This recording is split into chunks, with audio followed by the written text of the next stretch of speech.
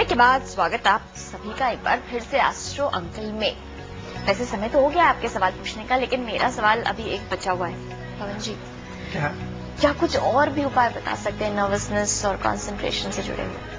हाँ, बहुत सारे और भी उपाय हैं इसमें। जैसे सबसे इम्पोर्टेंट चीज क्या है कि लाल धागा अवश्य बांधें।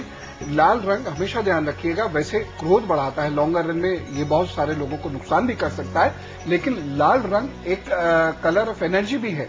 इसलिए जब आप बहुत ज्यादा उदास, खिन्न, नर्वस हुआ करें तो लाल रंग के सानिध्य में आइए। या तो आप दाहिनी कलाई में लाल रंग पहन लीजिए, लाल रंग का धागा पहनिए, या लाल कपड़ा सामने रखिए। और लाल में जो सूदिंग रेड होता है, तो खूनी लाल रंग होता है, वो नहीं, सूदिंग रेड होता है, एक उसका प्रयोग कर सकते हैं। कॉन्सेंट्रेशन बढ़ाने के लिए दूसरी जो बहुत बहुत महत्वपूर्ण चीज है वो है ओम खम का जप। ओम खम। जब भी आप नर्वस हो रहे हो और नर्वसनेस के कारण ये काम भी है, ये काम भी है, ये काम भी है, मैं कैसे कर पाऊंगा, एकदम घबराहट आपको होने लगे, पसीने यहां पे टपकने लगे, तो क्या कीजिए, आप शांत बैठ जाइए। काम तो वैसे भी नहीं हो रहा है, 2 मिनट और ना होगा तो क्या होगा, आराम से बैठ जाइए। ओम खम, ओम खम। 2 मिनट से ज्यादा की जरूरत नहीं है और आप देखिएगा आपको एनर्जी फील होगी। उसके साथ साथ नर्वसनेस में एक खास प्रॉब्लम होती है कि आपकी जो डायफ्रेम है या आपकी जो श्वास क्रिया है वो प्रॉब्लम उसमें आती है। तो भस्त्रिका जिसे कहते हैं,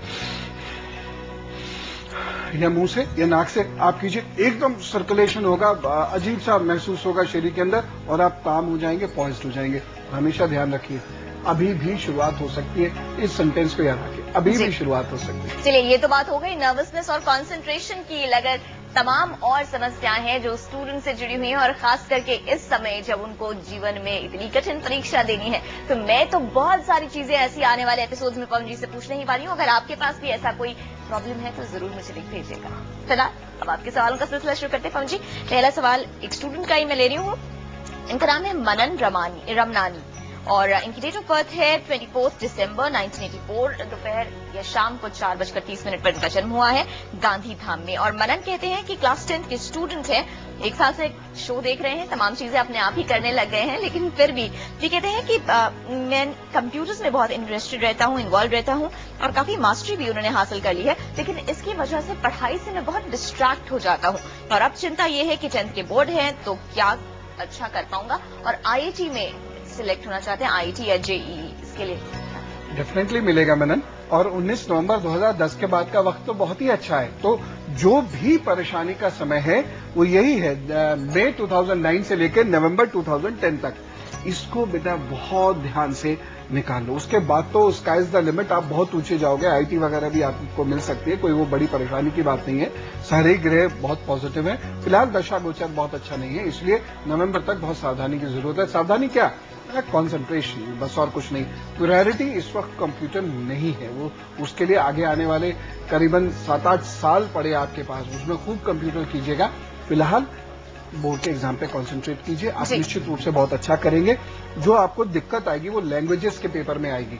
इंग्लिश, हिंदी जो लैंग्वेजेस हैं या जो भी लैंग्वेज आपने ले रखी होगी उसमें आपको थोड़ा सा कंसंट्रेशन और मेहनत ज्यादा बढ़ानी पड़ेगी। और उसके साथ साथ कंप्यूटर जरूर बहुत अच्छा है लेकिन मैथमेटिक्स कमजोर है, इसलिए मैथमेटिक्स पर जो डेरिवेटिव्स वगैरह होते हैं जरा सा ज्यादा ध्यान दे लीजिए। लेकिन कोई बहुत बड़ी परेशानी की जरूरत नहीं है, इस ध्यान देने में आपकी चंदन मदद करेगा। एक अच्छा सा चंदन का पेंडेंट किसी भी बृहस्पतिवार को नीले धागे में बांधकर अपने गले में बांध दीजिए, कॉन्फिडेंस भी आएगा, भगवान ने चाहा तो कॉन्सेंट्रेशन भी अच्छा होगा। और इनके इष्ट और मुख्य ग्रह बता देते हैं। इनके मुख्य ग्रह तो शुक्र हैं और इष्ट हैं गणपति। और अगला सवाल जो हम ले रहे हैं पवन जी, ये कपिला वादही की मां ने पूछा है कपिला के लिए सवाल। कपिला की डेट ऑफ बर्थ है 29 नवंबर 1985, 5:25 शाम के जन्म का समय है, जन्म हुआ है दिल्ली में। और इनकी मम्मी का ये कहना है कि मेरी बेटी कॉम्पिटिटिव एग्जाम्स दे रही है, क्या वो वहां पर सिलेक्ट हो पाएंगी, और साथ ही उनकी शादी के बारे में पूछेंगे।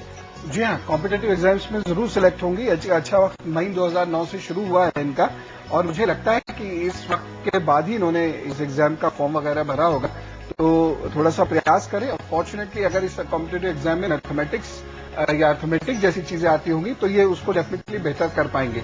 तो वहां तो कोई प्रॉब्लम है नहीं। जहां तक आपने मैरिज का पूछा है, यहाँ थोड़ी सी प्रॉब्लम है। प्रॉब्लम यह है कि यहाँ विवाह आपका लेट होगा, करीब 26 से पहले विवाह के बारे में ना सोचिएगा, हो ही नहीं पाएगा और खामोखा टेंशन होंगी, पैसा खर्च होगा और बेटी का स्वाभिमान भी हर्ट होगा। तो इसलिए 25 के बाद विवाह का कार्यक्रम प्रारंभ करें तो सब ठीक रहेगा, कोई दिक्कत नहीं होगी। और यहाँ खत्म हो गया है सवालों का सिलसिला। बढ़ते हैं आगे दैनिक राशि फल की ओर।